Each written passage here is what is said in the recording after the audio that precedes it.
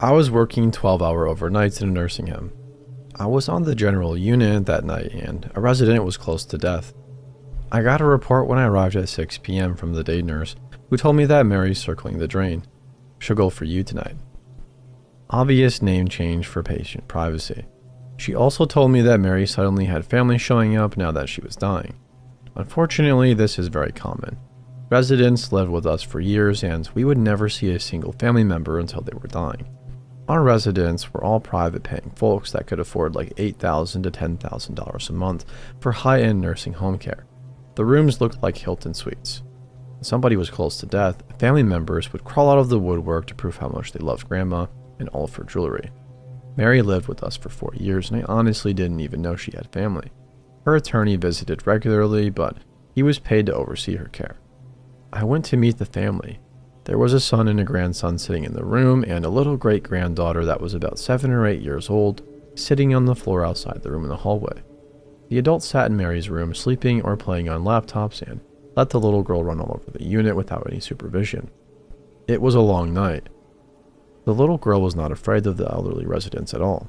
I first caught her standing in another resident's room, stroking the face of an elderly woman. I thought it was sweet she was visiting other residents, but I stepped into the room and asked her to leave. I told her to please go back to her great-grandma's room and not to go into other residents' rooms.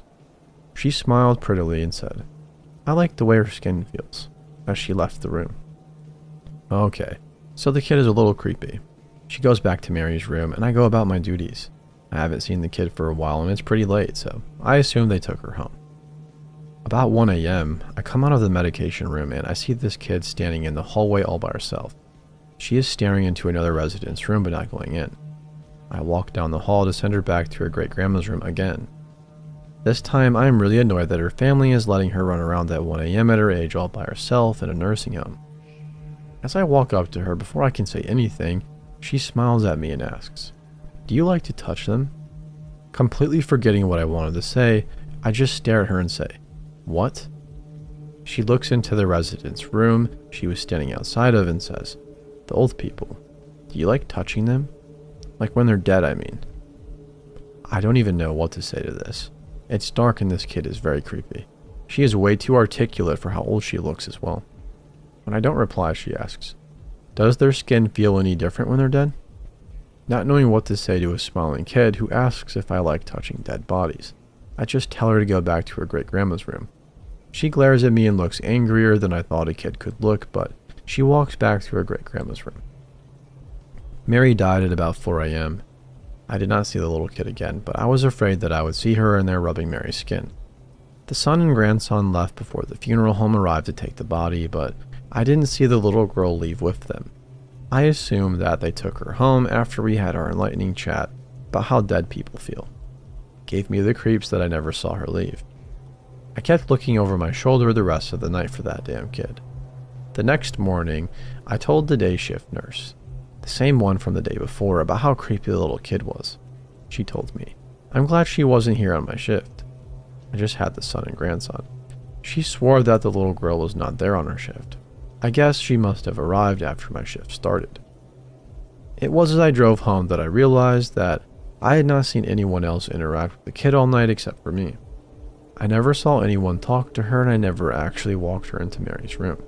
I also didn't confront her family about the kid's actions because I did not want to seem rude complaining about their kid when their loved one was dying. The family had never mentioned the kid at any time I was in the room doing cares on Mary.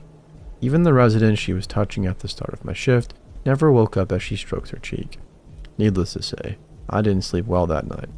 Every night at work from then on, I always kept my eye out for creepy little girls though. Kids in hospitals/medical facilities still creep me out to this day.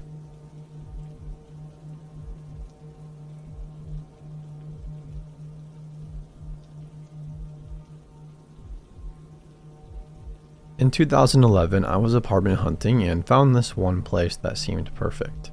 There was a main house. Behind it was a guest house that had been recently renovated into a duplex. The ground floor of the guest house had been converted into a large covered garage that could fit 3 cars plus a ton of storage items. It was really musty, had a terrifying spider population, and lacked working lights. A flight of wobbly wooden steps led up to a second floor deck where 2 side-by-side entrance doors for the separate apartments were. When I first moved in, the guest house had just finished renovations, and the rental agency hadn't found anyone for the other apartment yet.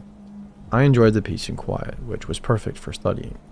A few months after school started in the fall, a new girl moved in. She introduced herself as Angela and said she went to the same school as me, that she was studying biology and was a freshman. She seemed nice and was pretty quiet at first. However, of course, cue nightmare. After the first month, I started hearing an annoying clopping noise emanating from her apartment. It sounded like she had cloven hoofs. She had wood floors and the sound echoed like crazy. It would suddenly start at 3 a.m. and it would wake my dogs and they would start howling. Soon, I started hearing the most comical sex noises ever.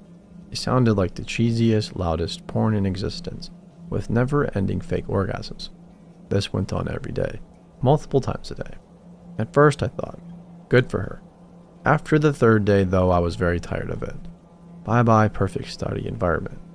One day, when I was getting ready to step outside to grab the mail, I heard voices out on the deck talking. One male, one Angela. I peeked out through my peephole and saw an older guy, maybe about 60 years old, with a fat belly, white hair, and a sweat-stained undershirt. This was maybe 10 minutes following one of the most comical sex routines. I assumed that she had a super old sugar daddy and waited until they left to grab my mail. A week later, I pulled into the back alley that led to the garage entrance and saw a car parked in front of the garage, blocking the entrance. I assumed Angela had a friend over who decided to park there. I knocked on her door and she answered in feathered lingerie and clear platform stripper shoes. A very sweaty and out-of-breath older guy said he would move the car. By this point, I had realized that Angela was a prostitute.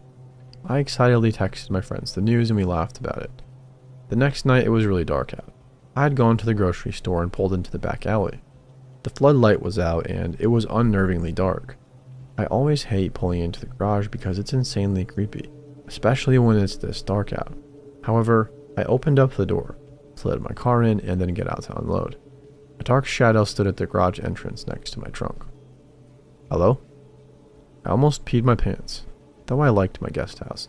It wasn't in the best neighborhood, and I was convinced I was going to be mugged finally. Instead, the man made small talk, asking me if I lived next door to Angela, if I was a student, how I liked the area, and if I had a boyfriend, etc. He told me I was beautiful and that he'd always wanted an Asian girlfriend. I walked closer to him and saw it was the man from the other week, with the white hair and sweat-stained shirt. I was really evasive and asked him if he needed any help. When he said he wanted to get to know me, I just said no thanks. He told me he would pay me. I realized he probably thought I was a prostitute too, and I quickly told him to screw off. I rushed past him and went upstairs, leaving my groceries in the car and the garage door wide open. Shortly after, I started noticing that things were going missing or moved in my apartment. Clothes would go missing. I'd hunt desperately for a pair of leggings or a dress or a bra, and I would never be able to find them, even after searching the laundry hamper.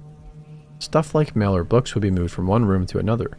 My dogs and cat also started acting really skittish. Sometimes I would catch them staring intently up at a corner.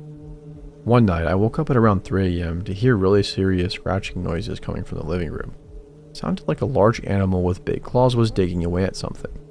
I mumbled, "Muffin, stop." I felt a paw on my arm and slowly opened my eyes.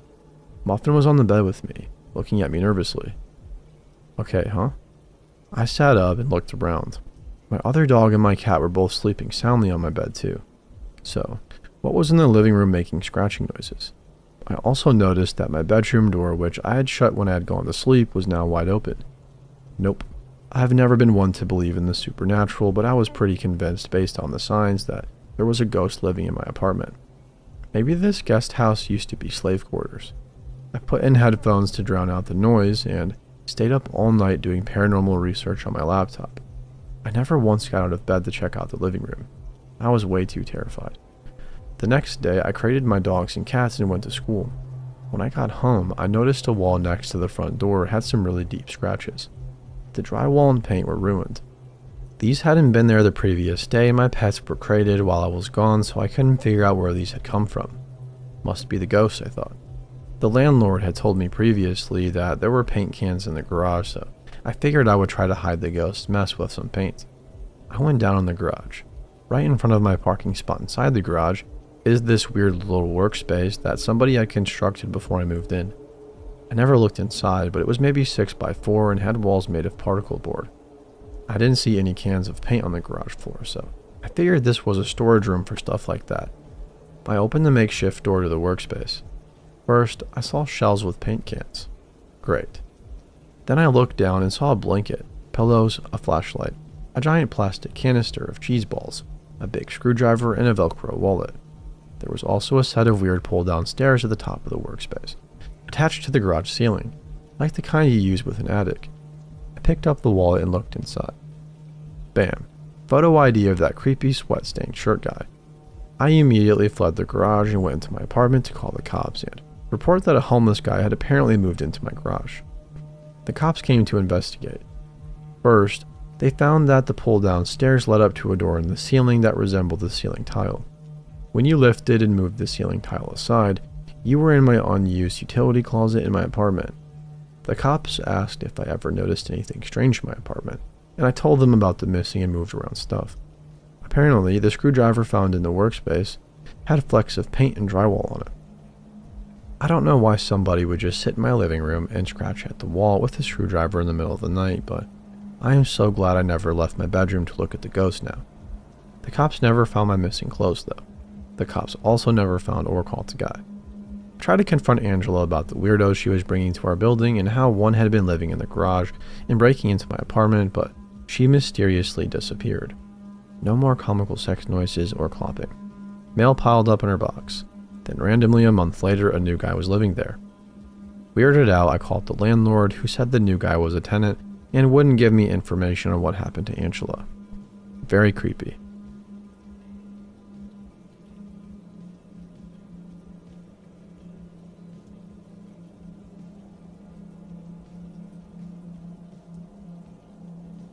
When I was at the end of middle school and beginning of high school, I was on home instruction due to health reasons. It's different than homeschooling because they would send teachers from the school and you'd have 1 2 to 3 hour class a day, usually at a local library or sometimes your house.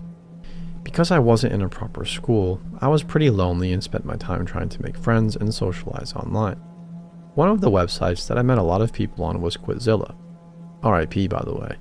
I would make a lot of quizzes, some of which got popular, and read awful fanfiction stories on there that, as a young teenager, I found quite addicting. I talked to other people who wrote stories and made quizzes. This is how I met Chloe.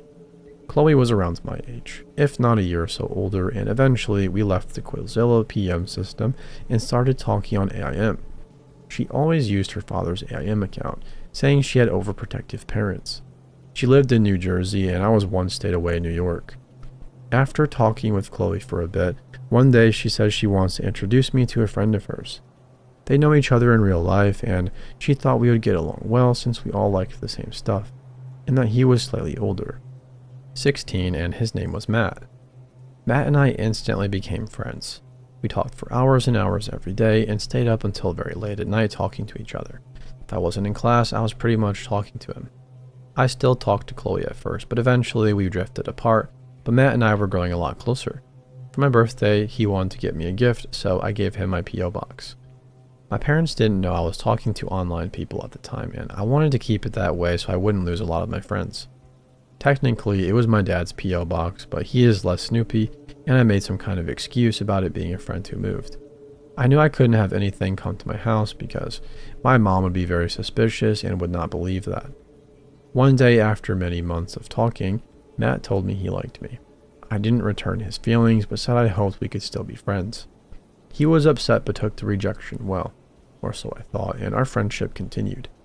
He'd mention it from time to time, that he still had feelings for me, and it made me a bit uncomfortable, but I valued him a lot as a friend and didn't know many people I could talk to all day like that, so I brushed it off. Matt started talking about his other friends in his town in New Jersey a lot. Eventually, he said he wanted to introduce me to his friend Jose. He had spoken a lot about Jose. Jose was around the same age as him and was recovering from drug problems. Having been in rehab, he knew what it was like to lose a lot of friends and get pulled out from school. He introduced us, which also happened on AIM because this was before the days of social media. Jose and I got along great, but I suspected it was really Matt. Just little things here and there, like them being on at the same time a lot, and some typing quirks and writing style. The differences in typing, they had seemed a bit fabricated, but he seemed like a three-dimensional person at least. I didn't say anything because I thought it was interesting Matt would pull that. I was really into psychology and all that kind of stuff, and I wanted to see where he would go with it if it was really the same person. At that point, I wasn't 100% sure and felt it could go either way. Needless to say, after talking to Jose, he confessed his feelings to me. Again, I wasn't interested and he was okay with that. Eventually, Matt and Jose started introducing me to more and more friends. It became blatantly obvious that they were all the same person. Jose was the only one who felt fleshed out. These people got increasingly two-dimensional and had very similar odd interests and the same typing style. I was sure it was all Matt. Still, I played along as if I believed it. Most of these were guys who would eventually try to date me. Some were girls who acted as rival characters. This continued on for a bit. He essentially created a fake group of friends in this town. Eventually, there was a night where nobody was on.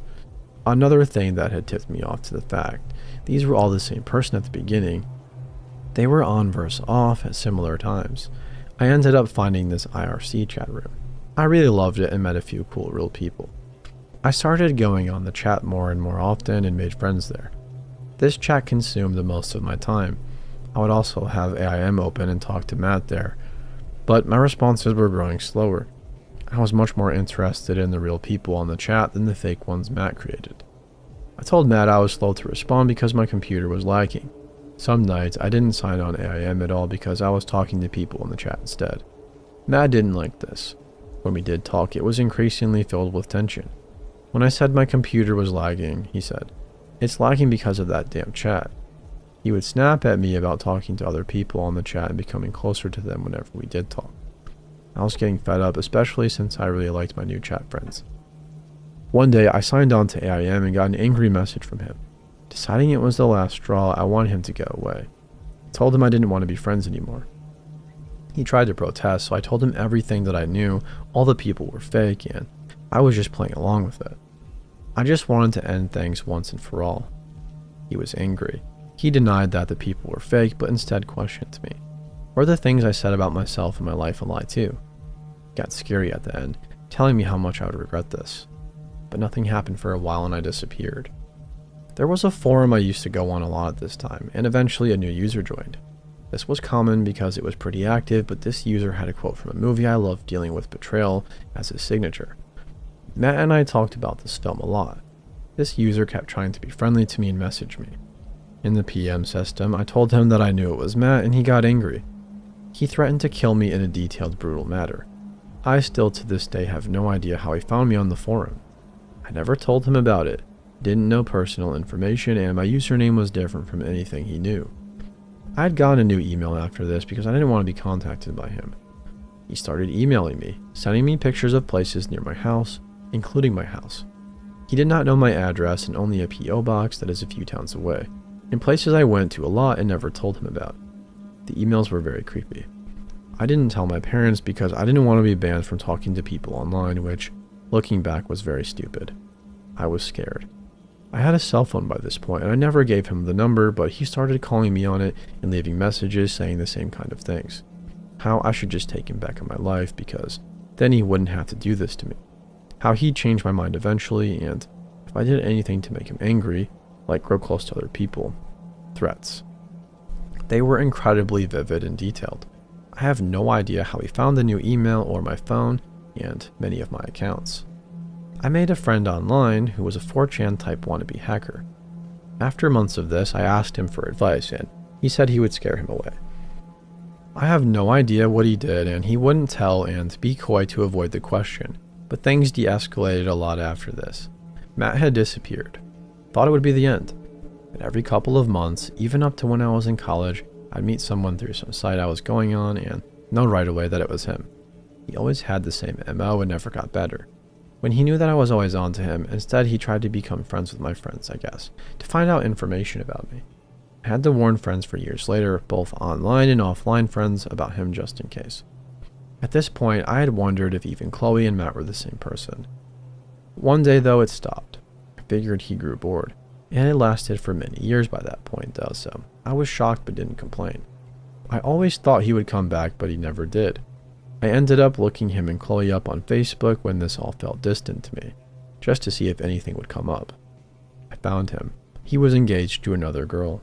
They had pictures on the beach where they wrote their names in a heart in the sand. I wondered if she even knew half of what he had done to me. I also looked up Chloe, and to my surprise, she was a real person and now had a baby. I don't know if the person I was talking to was actually Chloe though, or a fictional version created by Matt, or even vice versa. You know how when you talk about someone with a common name, you give nicknames to differentiate them from other people with the same name? Like Pokemon Matt, Firefighter Matt, etc. To this day, I call this guy Jose Matt.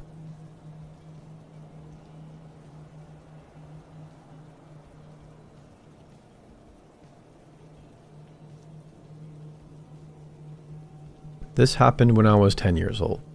I was at a ski resort with my dad, stepmom, and 3 sisters. When this happened, my 2 sisters, dad and stepmom, were still out skiing, but I and my sister Ava got cold, so we went back to the hotel to get some food. We sat at the restaurant in the hotel until my stepmom came down. We asked her if she could hold the table so we could go up to the room quickly, so that we could drop off our ski jackets. So take the elevator, and once we got off, we start to walk to our room. That's when I hear somebody behind me go, "Hey." Keep in mind, we were both about 11 at the time. I didn't think he was talking to us, so I ignored it. We walked into our room, but before we could close the door, the man stepped into the doorway. He was tall, probably 6 foot, and looked pretty old.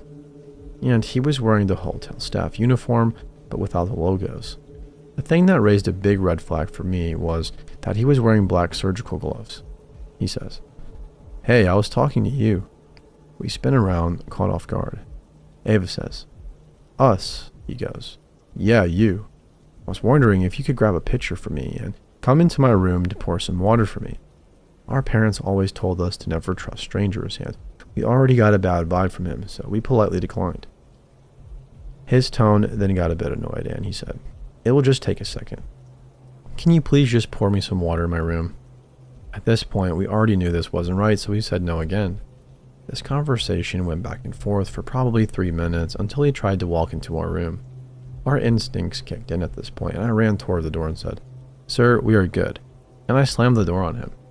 Ava and I sat in the hotel room for about 10 minutes, panicking on how we were going to leave to talk to our parents because we had left our phones downstairs, and we looked out the people, and he was finally gone. So we bolted down the hallway and ran back down the stairs to the restaurant. Once we told our stepmom, she was mortified and went to the office security. They interviewed us and asked for his description because they didn't have any cameras in the hallway. We gave them the description, and they told us that nobody with that description worked there and that most of them were young, broke college students. At this point, it really set in that if I had accepted and just helped him, I might have died.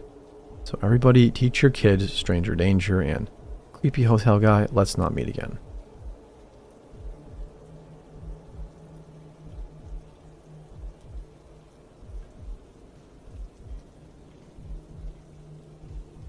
My hubby and I moved into this house a year and a half ago, and it all started just after lockdown. The neighbors on one side have a couple on the bottom half, 40s and a single man on the top half. It's all one big house, but they're pretty separate in their living arrangements. We have had drinks with the downstairs neighbors a couple of times, and the first time they introduced us to the upstairs guy, Trev, and told us after he left that he had some brain damage from falling off scaffolding a few years ago. I'm pretty much the most paranoid person in the world, but every time I've thought there was danger, I've been proven right almost straight away, so hubby doesn't bitch and takes me seriously. He even jokes that I've got a spidey sense for natural disasters. So I inquire a bit further. The lady of the house tells me very occasionally that he will have a psychotic break and be violent, but it's very rare, and once in a while he shaves the cats. Cue blank stare. She just laughed and said he's harmless, and she's got some knitted jumpers for the cats in case he does it again. So I work in construction, and due to you know what, I've been on and off work like a yo-yo, but had a few solid weeks off while hubby went to work. Trev noticed this and came over one day to make sure I'm okay on my own. I said yes, I'm fine, and my bloke will be home any minute, thanks. A few days later, I open the door, which has a window so you can see out, and throw the welcome mat out so I can beat it later. When I do this, however, he's standing there and halfway through saying something like he was chatting away well before I opened my door. Then he says, "Well, are you?" And I obviously ask what, to which he says, "Coming over for a smoke," and holds a joint out to me. I told him, "Sorry mate, now I get drug tested for work," and thought that would be it. He just stared at me and said, "You're alone though." "I know you are." And I'd had enough. Told him, "Yep, but I've got plenty of weapons, so I'm not worried." Turned and went back inside. Maybe it was petty of me, but I went back out an hour or so later and sharpened all of my machetes and knives, which I collect. There are a few dozen so far, and I made sure to do it in the front step, where I normally smoke because I knew by then he was watching me. Other things include my tampons being taken from the windowsill on the toilet, only when the window is open, and there's no chance they'd fall because under that window is just flat concrete for ages. You would see them. My bins are being sorted through. My mail is being put on the step instead of left in the mailbox. Constantly seeing him hide and watch me while I'm cooking or doing dishes, or even smoking outside. I spoke to the downstairs couple once, and the woman told me not to be so hard on him because he's got brain damage. I told her, "Speak to him. Tell him to not come over the property line ever again, or I will deal with it. With the law or a more permanent way, I will deal with it, so tell him." I haven't had him over since, but he still watches, and I still practice with my blades. I'm only 5'3" to his maybe 6'2", and no, I don't care what's wrong with him, I'll protect myself just fine. Hubby knows better and is staying out of the way, while still keeping an eye on things. He's there if I need him, but knows I'll sort out my own problems, just like the last time. Let's never ever meet again, creepy dude next door.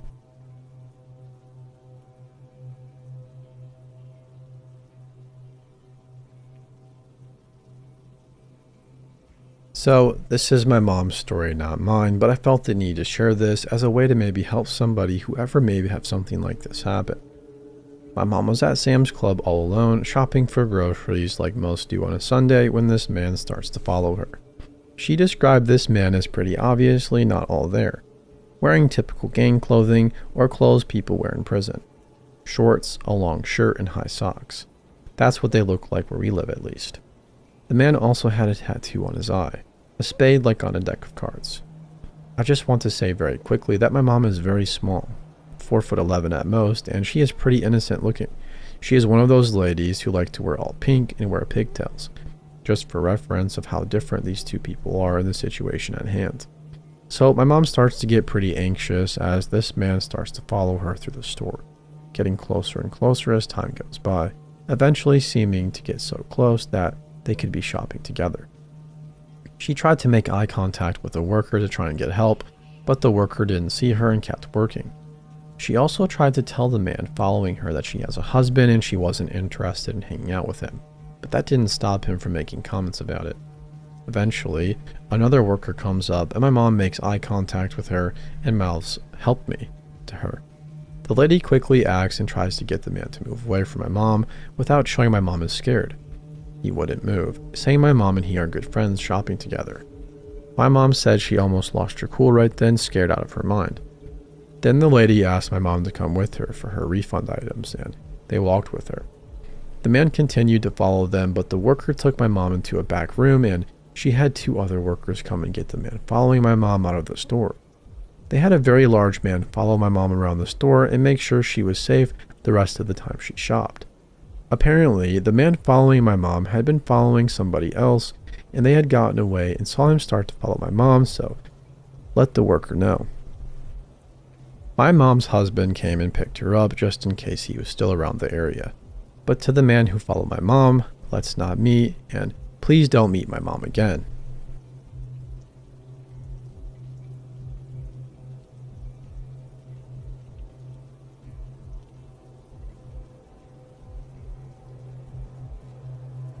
I, 23 female, went to Vietnam last year to see my little sister. At the time, she worked there for a few months for an internship. I bought an eSIM before going there in order to get a Grab to join Hanoi from the airport. Unfortunately, it was not working and a taxi driver stopped me to ask if I needed a ride. I knew at the time that he would overcharge me for the ride, but I accepted since I could not call for my sister or use the internet. He was nice and could speak English, so we had a little chat before going. Maybe 15 minutes in, he told me his shift was finished and that he would transfer me to one of his colleagues to get me to Hanoi. I wasn't that surprised, since it's quite common in South Asia to transfer clients from one taxi to another when a shift is done. It happened to my sister a few times, and she told me about it, so I just accepted it. I was super tired from my trip and didn't think much about it. However, I got a super bad feeling going to the next taxi. First, he didn't have a camera inside the vehicle, which is mandatory in Vietnam when you're a Grab driver.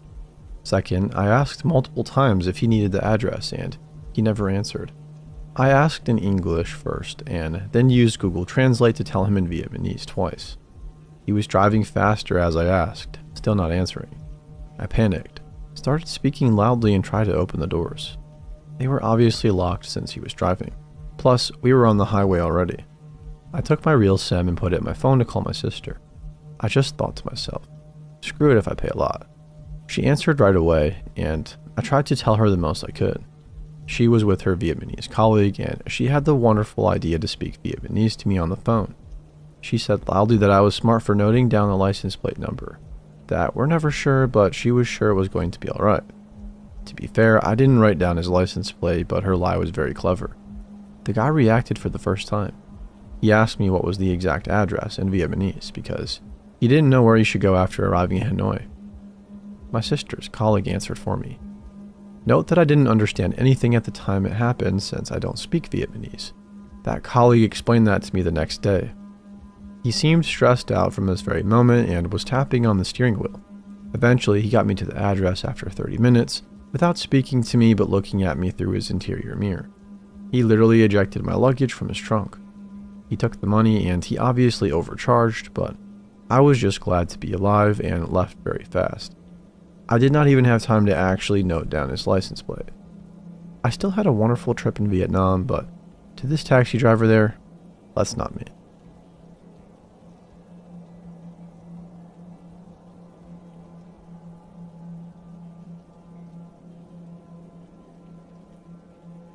The events in this story are all true, and to be quite honest, scare the living shit out of me. I may pretend to be tough and brave, but I'm quite easily spooked. And this is by far the creepiest thing that has ever happened to me to date. I usually feel fairly safe in my town, but this one incident has certainly awakened me to the fact that no place is perfectly safe. It was this New Year's Eve just gone when my friend called and asked if I wanted to go to the New Year's Eve festival at the beach with her and her boyfriend. Being the kind of person who normally just stays at home and does nothing special for this particular holiday, I agreed. Every New Year's Eve, my town holds a festival at the beach in celebration. Rides and games are set up, bands play live music, clubs hold fancy dress parties late at night, and at midnight on the dot, a series of fireworks displays are put out for the public. Normally thousands of people turn up, so the beach can get quite loud and crowded, but it's still a pleasant atmosphere all around. Before hanging up, my friend Jess asks me if I will pick her and her boyfriend Tyler up on the way to the beach. She also lets me know that one of our other close friends is coming along and that we should go straight to her unit so that we can all walk down to the festival together. I tell Jess, no problem, and then go to get ready. In about half an hour I'm ready. I do not yet have my license, and so I asked my dad if he would pick up my friends and drop us all off. He agreed. It only takes about 3 minutes to drive to my friend's place, and then a further 10 minutes to drive to my other friend's unit. My other friend Haley lives in a small 2-bedroom unit with her mom. The unit is right next to the beach, and it only takes about 5 minutes to walk down to where the festival takes place. When we arrive, she is already outside waiting for us, standing on the balcony and enjoying the sunset. We all file out of the car, making sure to thank my dad for dropping us off, and then head upstairs to greet Haley. We all hug and begin to catch up, as we hadn't seen each other for a couple of months. Graduation, work, and life got in the way. We all headed inside for about 10 minutes to grab a drink and catch up a bit more. Haley's mother came out and talked to us for a bit as well. At this point, the sun had almost well and truly disappeared, and so we decided this was the perfect time to head down to the festival. The walk down to the beach was pleasant. It was a warm summer night. There was a cool breeze to ward off the heat, and the whole area smelled of cotton candy, buttered corn, and warm donuts. We spent the first few hours going on rides together, and then we went and bought some food and sat down on the sand to eat it. So far, the night was amazing, as usually whenever I went out with my friends, there was always a parent with us. No parents this time. It felt great. felt like freedom. After eating, we went up to the stage where the live bands were playing and danced for about an hour. There were plenty of classics being played, such as YMCA, Time Warp, and various hits from Greece. All in all, it was a really fun time. After an hour of dancing to music, the four of us decided to head back to Haley's unit for a drink of water, and we had all spent our money. At this point, it was well and truly dark, around 11 o'clock, and the heat of the day had subsided to a pleasant warmth. We walked along the path merrily, saying Happy New Year to every passing group or cop. A few party goers on the 4th floor of an apartment complex shouted, "Hope you have an epic New Year," drunkenly at us. We laughed and wished them the same. As we walked further away from the crowds and the noise, the light grew less and less. There aren't many street lights near my friend's unit, and we were soon engulfed in a soothing darkness, with only the moon to light our way. It was at this point that I, for some reason, began to feel uneasy. It was too quiet for my tastes. You know that feeling you get when you're being watched, or at least think you're being watched? That exact feeling washed over me, and I subconsciously moved to walk in between Haley and Tyler, instead of walking on the outside of the group.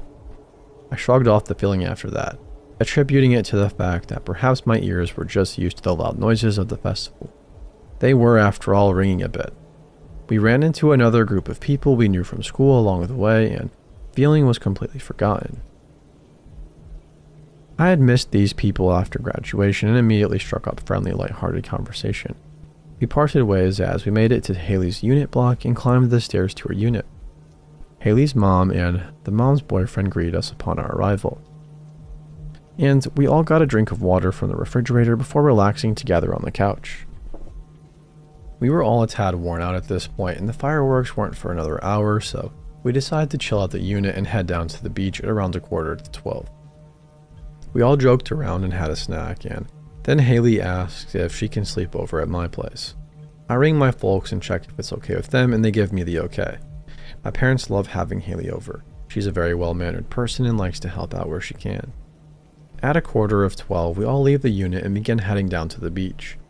We only get about a minute down the road before Haley says that she has forgotten her pain medication for her bad knee, which she is supposed to take before bed. At this, Jess seems a little bit annoyed, but reluctantly agrees that we should go back so that we do not have to make another trip back to hers at the end of the night. We head back, and the whole way Jess seems a little distant, like her mind isn't on the conversation at hand and she's focused on something else. I am the most quiet and observant one of the group, so I notice her silence pretty quickly, since usually she's a big chatterbox. I ask her if she's alright, and she replies with, "Of course," so I simply leave her to her thoughts. After retrieving Haley's pain medication, we head back out again. This time Jess suggests that we walk on the other side of the road where it is more well lit and there are parents with their children on the playground. We think nothing of it and agree. As both Haley and I have poor night vision, and a bit more light would be rather welcome. When we are halfway across the road, Jess mutters to us, "Don't look behind us." My first thought is that maybe there is a drunk with their pants down taking a piss against the wall or something. But then Jess adds, "Walk faster." I begin to feel uneasy and immediately obey her request, knowing that whenever Jess seriously tells us to do something, it's usually for a very good reason. None of us look back, despite that nagging human instinct to look. I trust Jess. When we are across the road, I ask Jess what is wrong and what has her so on edge. She replies to me, "There are 3 guys in black hoodies following us. I recognize them from earlier." Earlier? I think to myself, puzzled, and then Jess explains that she saw those same 3 men. They had to be men. They were very tall and bulky when we came to the unit for water earlier. A chill runs down my spine at this, and I realize that my sense of being watched probably came from those men. What made me even more creeped out was the fact that they had waited all that time for us to come out. Unable to resist, I glance sideways out of my peripheral vision, and my heart hammers in my chest when I notice the 3 men. They are indeed rather pointedly following us, and they have their hoodies on zipped up all the way to their chins. This would not be so unusual if not for the fact that it was a hot night. There was no need for a hoodie or any kind of jacket, and they were wearing bandanas over their mouths and noses. I could not make out either of their facial features. This scared me. Jess prompts us again not to look and suggests that we walk even faster. We do so, despite the fact that Haley, Tyler, and I are tall and strongly built people. I should mention now that I'm an 18-year-old female, and despite my build and reasonable strength, I understandably didn't want to tangle with 3 big unknown men dressed all in black with bandanas covering their features. It crossed my mind that they probably thought we were good targets. Jess was short and thin. They most likely heard that Haley needs pain medication. I walked with an obvious limp as I have arthritis in my right knee, and Tyler had his hands full, being the pack mule, as they call it. Despite Jess's instruction, I can't help but give the occasional glance at the 3 men, and of course they continued to follow us.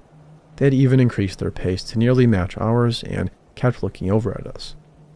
I think they meant to intimidate us, as they made it quite obvious that they were staring at us. I ceased to look, realizing that they could probably tell I was keeping an eye on them, and instead opted to use my keen hearing to make sure they stayed across the road. I wasn't fond of this, as they could have a knife or a gun or anything, and if they suddenly sprinted at us I wouldn't be prepared, but I didn't want to provoke them by staring. I am not a fast runner, and my stamina leaves much to be desired. At this point the path ends and gives way to bushes and shrubs. The bushland is quite easy to go around, but doing so would mean moving closer to the unknown men following us. None of us wanted to do that, so we all make an unspoken agreement to take a shortcut through the bushes. The bushland doesn't go on for very long, and it would take us straight to the festival where we could quite possibly lose those men. We head into the bushes, taking care to stay together and watch for snakes, as summer is the season when the snakes like to come out most, especially at the beach. It's Snake City. About halfway through, we all recognize the sound of dried glass and leaves crunching underfoot. Then we hear rapid and heavy footsteps. We all broke into a sprint, not daring to look back at that point. We didn't have to look to know the men were chasing us, and their confidence at going after 4 fully grown teenagers pretty much assured me that they were armed with weapons of some sort. We were not armed with anything, and quite frankly, we were all so spooked that we couldn't think straight. Our only instinct was to run as fast as possible. We made it out of the bushland together, raced across the car park and slowed to a jog when we reached the crowds. We didn't stop, but as we steadily slowed to a hurried walk, I looked over my shoulder and recognized the 3 unknown men lurking across the car park. Moonlight glinted off the surface of a metallic object in the taller one's hand, and I immediately felt ill. We hurried down to where the biggest crowd was, gathered on the sand in preparation for the fireworks. Picking a spot between 2 large groups, we settled down and caught our breaths. Funnily enough, all 4 of us have asthma, which we have often joked about, saying that we found each other and bonded because of it, and we were all panting quite heavily. Tyler and I have it a bit worse than Haley and Jess, and you could hear us wheezing as we panted. Soon the fireworks started, and we had all calmed enough to somewhat enjoy them, although the unknown men were still in the back of our minds. Our original plan had been to leave before the fireworks were finished so that we could avoid the big crowds, but instead we opted to leave with the crowds. We walked down the road to the bigger car park where my dad was going to pick us up, making sure to stay around people. When we reached the car park, I called my dad, and he said that he would be there to pick us up in about 10 minutes. After hanging up, I sat on the side of the path with my friends and waited. 5 minutes passed by, and bored, I decided to look around as there were still many bustling crowds making their way to their cars. There was a bit of a traffic jam too, as many cars were trying to leave at the same time. I looked across the road and realized with a jolt that the 3 men in the black hoodies were there, half hidden behind a tree where there was no light. Even though I couldn't see their eyes, I could tell they were staring right back. They knew I spotted them. The taller one discreetly showed his knife, waving it a little as if to taunt me. Then he raised it to his throat and made a slow mock slicing motion. I quickly told my friends, and we moved to a different spot, making sure to stay in the light and stay inside of people. My dad arrived soon after, and we all quickly climbed into the car. None of us spoke a word of what happened, and since then I haven't had any issues with anyone following me or my friends. It still gives me the creeps though. Whoever those men were, their intentions could not have been good.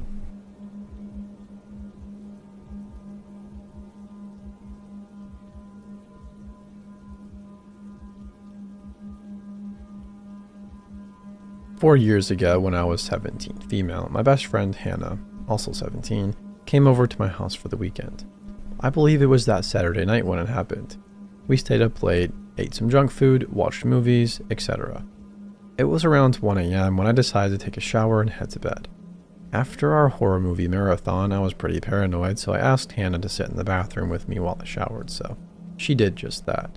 She sat on the toilet and played some music on her cell phone, and we talked about whatever we had going on in our lives while I showered. Finally, after my probably 20-minute shower, I got out and grabbed a towel. Hannah was still sitting on the toilet and she said my name, so I turned to face her. That's when I noticed some movement in the bathroom window above her head. The window cling distorted it slightly, but I immediately knew what I was looking at. A face. A man's face, smirking at me from the other side of the glass. The man ducked out of view and I quickly faced away, wrapping my towel around me. I whispered to Hannah that there was a man looking in the window and she laughed, thinking I was messing with her. So she bravely stands up and to her horror, becomes face to face with this creep, staring and smiling. We run out of the bathroom and wake my parents, but the creep dude is already gone by the time my dad gets outside, and he better be glad for that. The next day, my parents investigate outside the window. There was a cinder block underneath it that the man had been standing on, indicating this probably wasn't the first time he peeped on me. And stuffed between the block and the wall, a bag of lotion. The window cling was useless, as you could see everything inside the bathroom clearly from the outside, but we didn't know that at the time. Still, I can't shower without having the bathroom windows covered.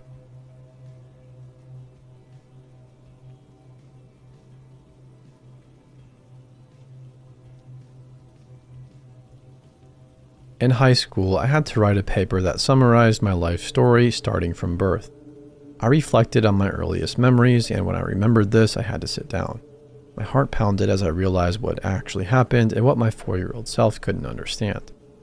When I was a kid, my family often vacationed with their friends' families, and we'd all live together in a giant beach house or cabin for a week. This must have been one of the first of those vacations. I wanted to hang out with the rest of the kids, but since they were all at least 1 year older than me, they thought I wasn't cool. I followed my sister around the house, but since she didn't want to play with me, I mostly just eavesdropped on everybody's conversations. One day, all of the kids happened to be in one room. No adults, plenty of toys, and a lot of fun. Off to the side was this tiny door, the tiniest I'd ever seen, which led to a dark, empty room. I remember we were absolutely fascinated by that tiny door, and the older kids would make up stories about it. Jennifer was the eldest, and in my memories, she's a teenager, but that might be skewed since I thought everybody in the double digits was super mature. She even knew how to use her mom's cell phone. All the kids were playing, having fun, enjoying their childhood. Then Jennifer got a call. She had asked us to be quiet several times, and she sounded really serious. I thought this request was silly and a little annoying since I really wanted to play. The call ended. Jennifer told us, "My dad is coming back here soon." Jennifer's dad had driven away for a few hours, but now was driving back. Someone asked questions about where he went and what he was doing. I think she said something about drinking. At some point, Jennifer addressed all of us and said something like, "My dad looks at kids and takes them on drives. You all have to be really careful when he comes back." I couldn't grasp anything else she said. Then she talked to a girl and a boy. I noticed he was looking at you two a lot, so you both have to be really, really careful. I think he wants to take you each on a drive, but don't go with him if he asks. Their conversation went on for a while, and I felt jealous that they talked so much with Jennifer and that her dad was looking at them instead of me. Why wasn't I special? I grew bored of listening to them and went back to playing. A car pulled up and Jennifer told us to go in the tiny door room. We brought some toys along. I was psyched to go through the tiny door, but it ended up being a dark, empty room without any fairies or hobbits. After a while we left. As far as I know, nothing bad happened on that trip. I grew up with the two kids Jennifer talked to, and they seemed pretty well adjusted. But Jennifer and her family never vacationed with us again. I told my family this story and they thought it was an imaginary memory that my 4-year-old brain had concocted. My parents are positive there aren't any weird creepy or alcoholic dads there, just their good friends. My sister didn't remember any of it. I can't rationalize how or why I would have imagined it. My childhood was great and I have zero concept of pedophiles or alcoholism until I was at least like 11. Luckily, this experience did not ruin tiny doors for me in the slightest. I love some tiny doors.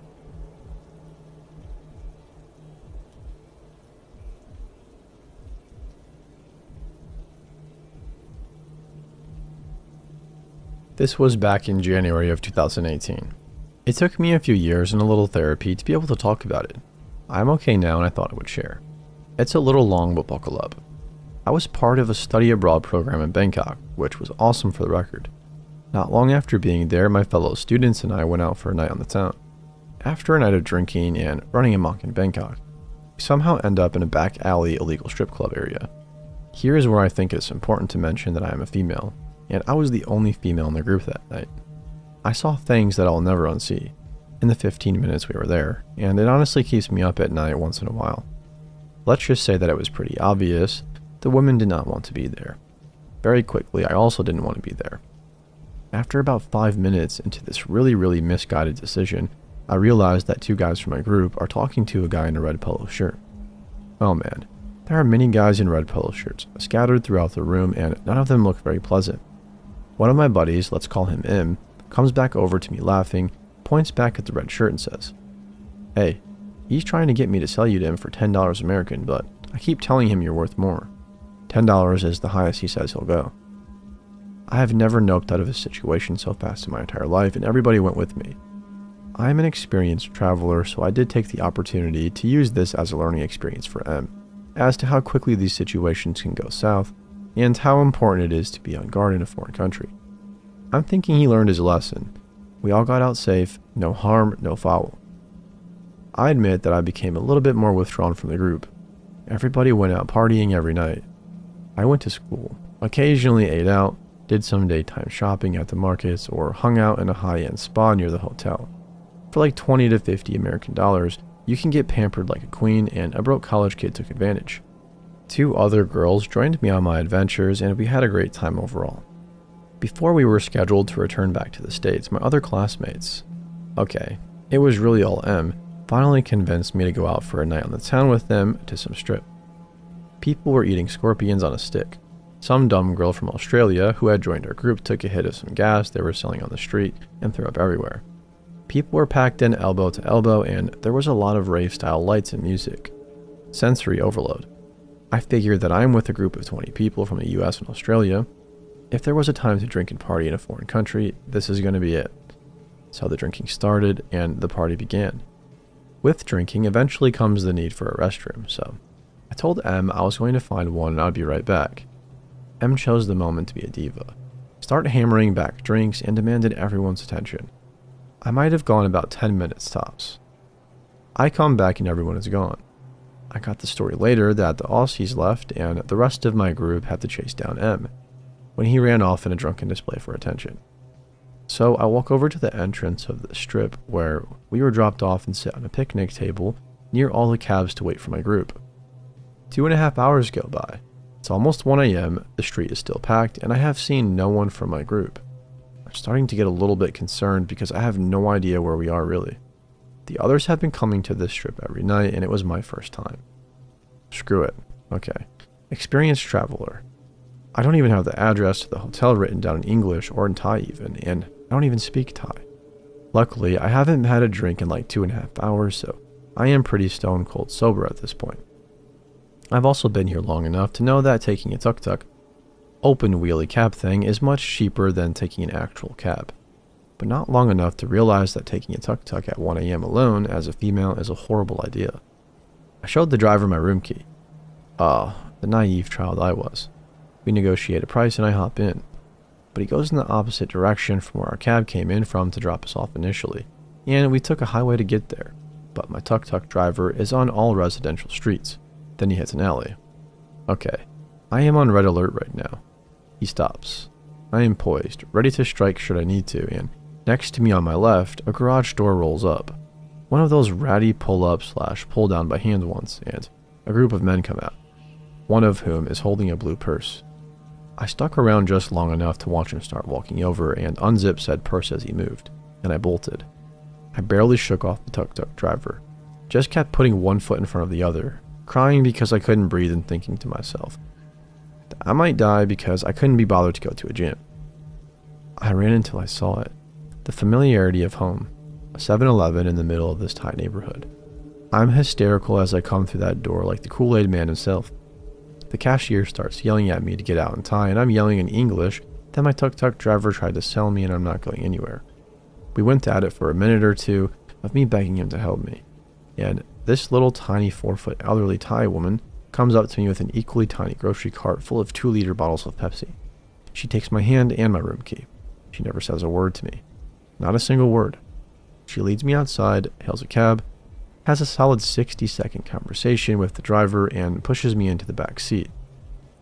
The scariest part of my entire night, though, was that 15-minute cab ride back to my hotel, not knowing if this little Thai woman had sold me out or sent me home to safety. The cab driver had to stop and ask for directions about 3 minutes from the hotel, and that was probably the moment I knew this was going to affect me mentally. The ride cost me $10 American, and I tipped him $60. You know, for not selling me into the slave trade.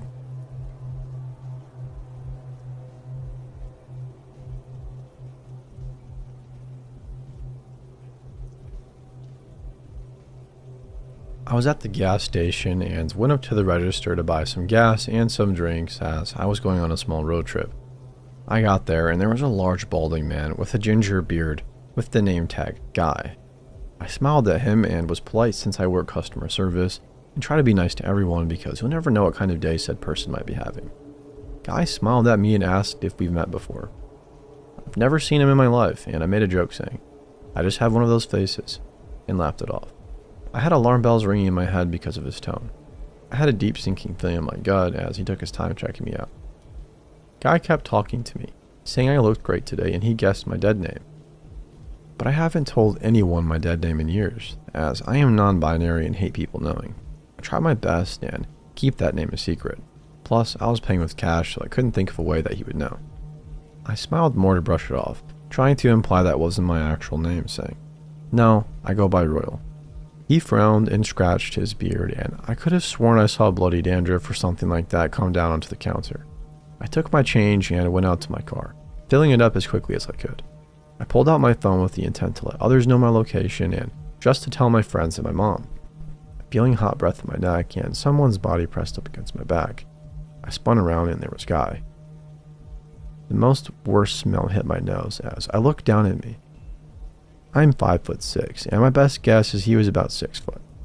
Guy smiled, multiple of his teeth had been missing. He said I was rude for talking about him behind his back, and I laughed it off and apologized. I went to quickly get the gas pump out of the car. Before I could even get my hand on it, Guy grabbed it from me and did it for me, smiling and saying that I shouldn't bother doing such manly things. He went to explain that he finally knew where he knew me from. He explained I was a sex slave in a past life, that he was my master, and that he knew my frame anywhere. I'm 17, mind you, and I have never met this man in my life. I nodded and tried to laugh it off, saying, "Oh, really?" I didn't want to anger him. The man didn't seem to be happy with that as I tried to go around and get into my car. He opened the passenger door to get it. I was in full panic mode and had started my car and put the pedal to the metal, with both doors swinging open. As I drove away, Guy had fallen to the ground and started to scream and curse. I pulled over after a mile and shut both of them.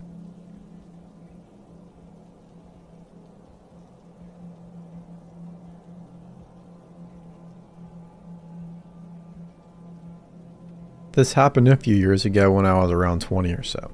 I was hanging out with my buddy Matt in my apartment, located in the downtown area of a medium-sized Midwestern city.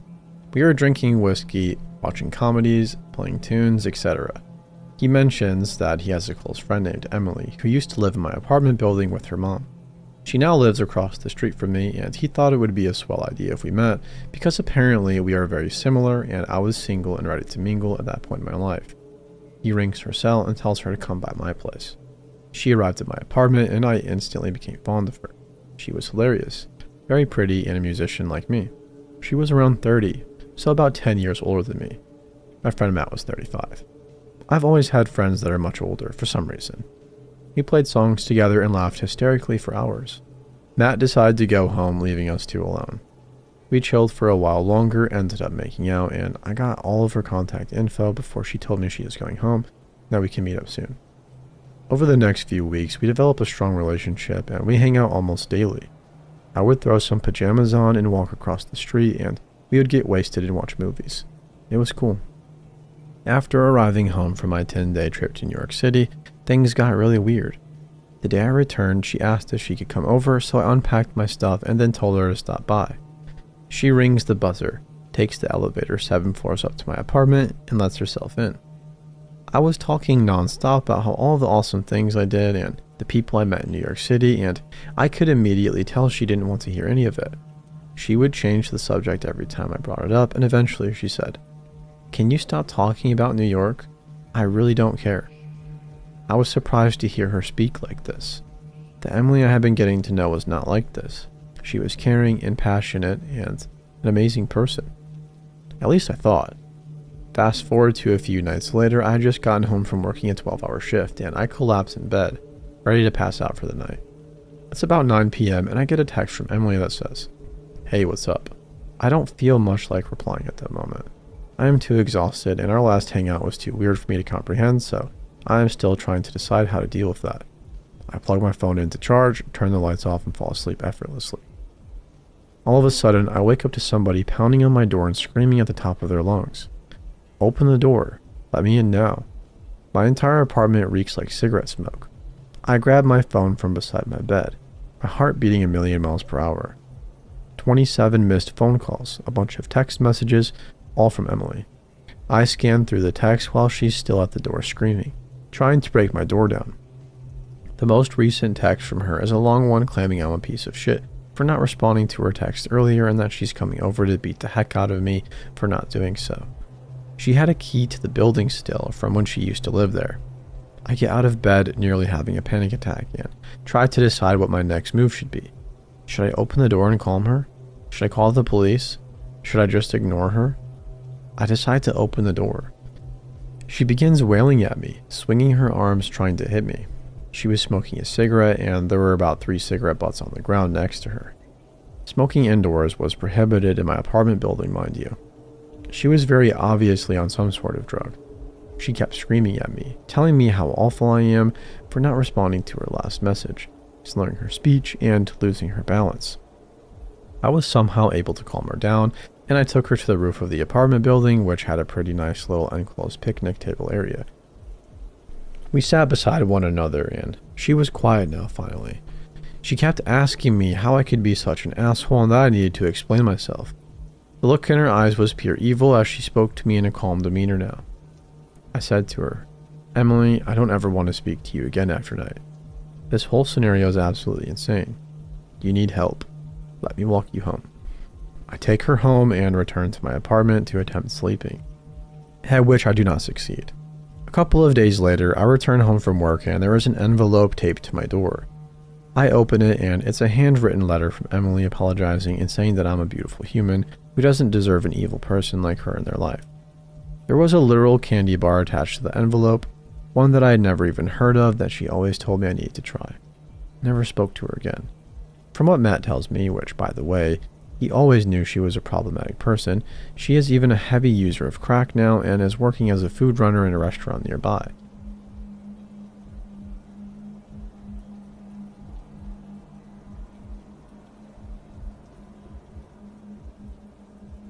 A couple of years ago, during the summer after my junior year of high school, my friends went to the beach to see the 4th of July fireworks. A bit of background information. I lived in a county away from my friends and wasn't familiar with the area around that beach, and only one friend, Shelby, lived anywhere near the beach. The others lived much further inland.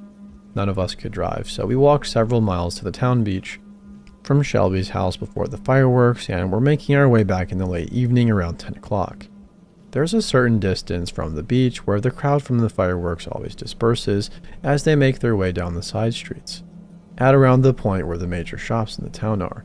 But we had to keep following the straight road to the center of the town to get back to Shelby's house.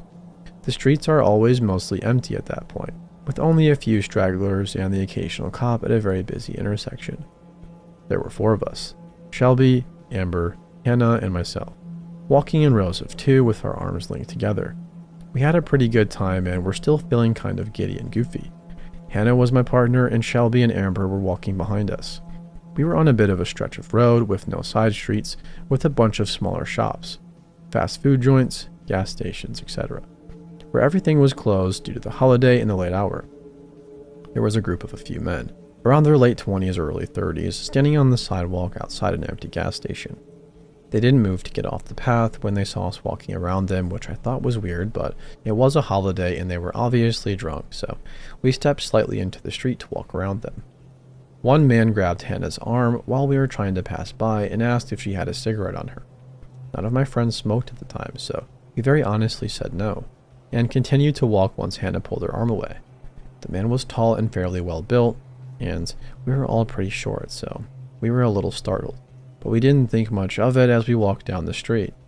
We even made a few jokey comments about it when we were far enough away from the station. Several minutes later, Amber and Shelby fell a bit behind because one of the crappy flip-flops Amber was wearing slipped off her foot. Hannah and I didn't notice and kept walking, and the next thing we know, Shelby and Amber were leaning over our shoulders and whispering that the man from the station who tried to ask Hannah for a cigarette was following us a few yards back, without any of his friends in tow. We were all a little bit freaked out at that point, but we decided that it was possible that he just happened to be going in the same direction, so we picked up the pace and continued down the street.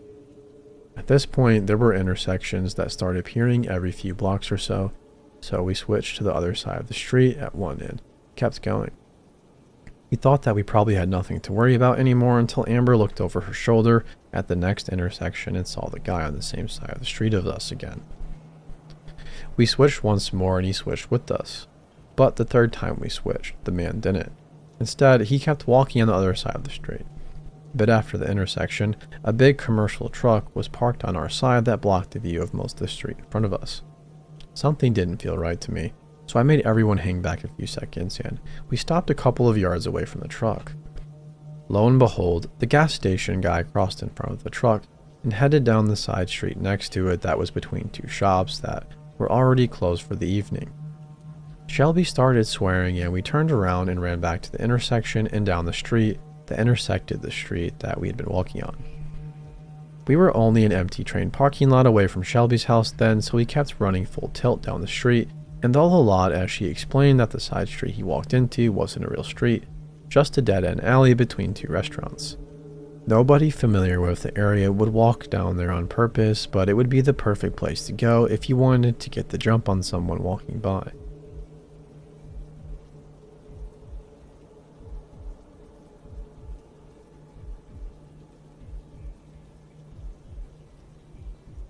Yesterday, I called in sick to work.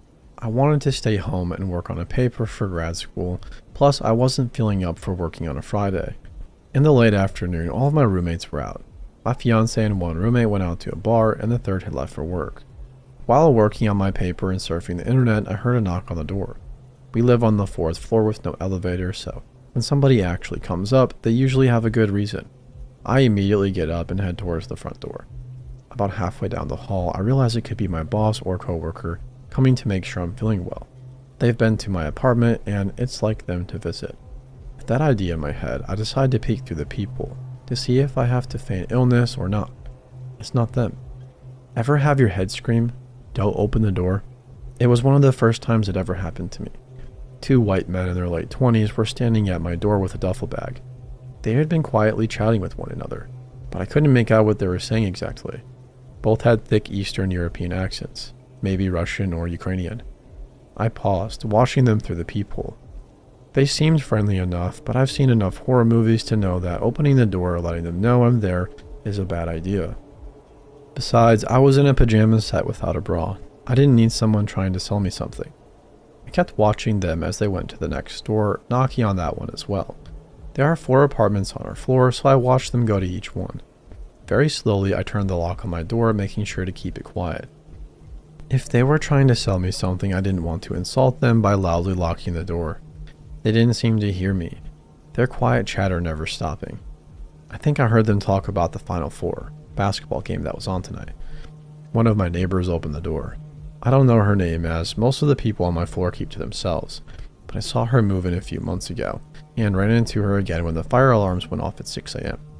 She has a fat cat and works early, that's all I know. They speak louder now, and I can hear them talk about perfume. In my area, it's not uncommon for people to sell a bunch of designer knockoff perfumes or some kind of natural stuff made of lavender in fairy tears or something. They hold up some kind of bottles from the bag to show her, and she says something back. I can't hear her. She retreats into her apartment and the men follow, closing the door behind them. I went back to my paper, feeling stupid for being scared of 2 guys selling perfume at a high markup. A couple hours later, after one roommate has returned from work, I get another knock on the door. This time I don't think about it and open the door immediately. To my surprise, it's a police officer. I can see the lights flashing from the ground floor. We have garden-style apartments, and judging by the amount of lights, there must be a couple of cars. He apologizes for disturbing us so late. It's about 11 p.m., but he would like to know if anyone was home during the day. I told him I was here, and he proceeded to ask me a few questions, along the lines of, have you heard anything odd, and have you seen anyone you don't know in the complex, and things like that. Immediately, I tell him about the two men. He nods and writes down a few things. I give a basic description, but I can't describe them too well. I have a shit memory for faces, and I only saw them through a peephole. He takes my contact info and thanks me for my help. I asked him what happened, but he just thanked me again and left. Her apartment door was closed, but there wasn't any kind of police tape on the door or really indication that they were in there. This morning, I heard a lot of commotion on the stairs. I looked out the door, and there was a moving truck. The woman's husband was helping carry boxes and bags downstairs. It almost looked like moves that I used to do in college, with belongings thrown into trash bags. I just went back inside. A few hours later, I received a community-wide email from our leasing office, telling us not to open the door for unknown visitors under any circumstance. I had a package waiting at the office, so I headed down to get it. While in the mailroom, with the receptionist, I made a comment about how my neighbor was moving out so soon after moving in. Offhandedly, she says, I'd move too if that happened to me. When I asked what she meant, she immediately clammed up and started to hurry me out. I have no idea what happened, but I'm happy to be moving apartments soon. Update 1. I spoke with somebody else at the leasing office, taking the approach of a tenant, concerned that somebody will rob me as well. I talked to a community captain. They help tenants out with problems, one assigned to each zone of the complex, and flat out asked if my neighbor was robbed. Her response was, well, yeah. She was very hesitant and followed up, saying that the couple would not like the details of what happened to be released. I might have hit a dead end here, but I'll try to follow up with the receptionist when she comes in tomorrow. Am I allowed to flat out ask the police what happened since it was so close to me? Update 2. Earlier this evening, 8 p.m. or so, I heard my neighbors chatting while I was walking upstairs. A lot of you guessed it. Unfortunately, she was assaulted. I wasn't going to share it, as someone mentioned below that we should respect their privacy and wishes not to have this mentioned. The reason I bring this up is to emphasize how terrified I am, because I just heard a knock on my door. I was up late submitting my paper. Yay, procrastination. And I heard a knock on someone else's door. Considering it's almost midnight, there isn't much noise to drown that kind of thing out. I tried to brush it off. Maybe one of my cats was doing something, but then I definitely heard it at my door. I'm too terrified to go look out the peephole, but I called the police. I hope that does something. Update 3. False alarm. Some shithead teenagers who decided to scare people in the complex after seeing the email. Multiple people called in, so I think our floor was randomly chosen. Cops picked them up and called me back, letting me know not to worry.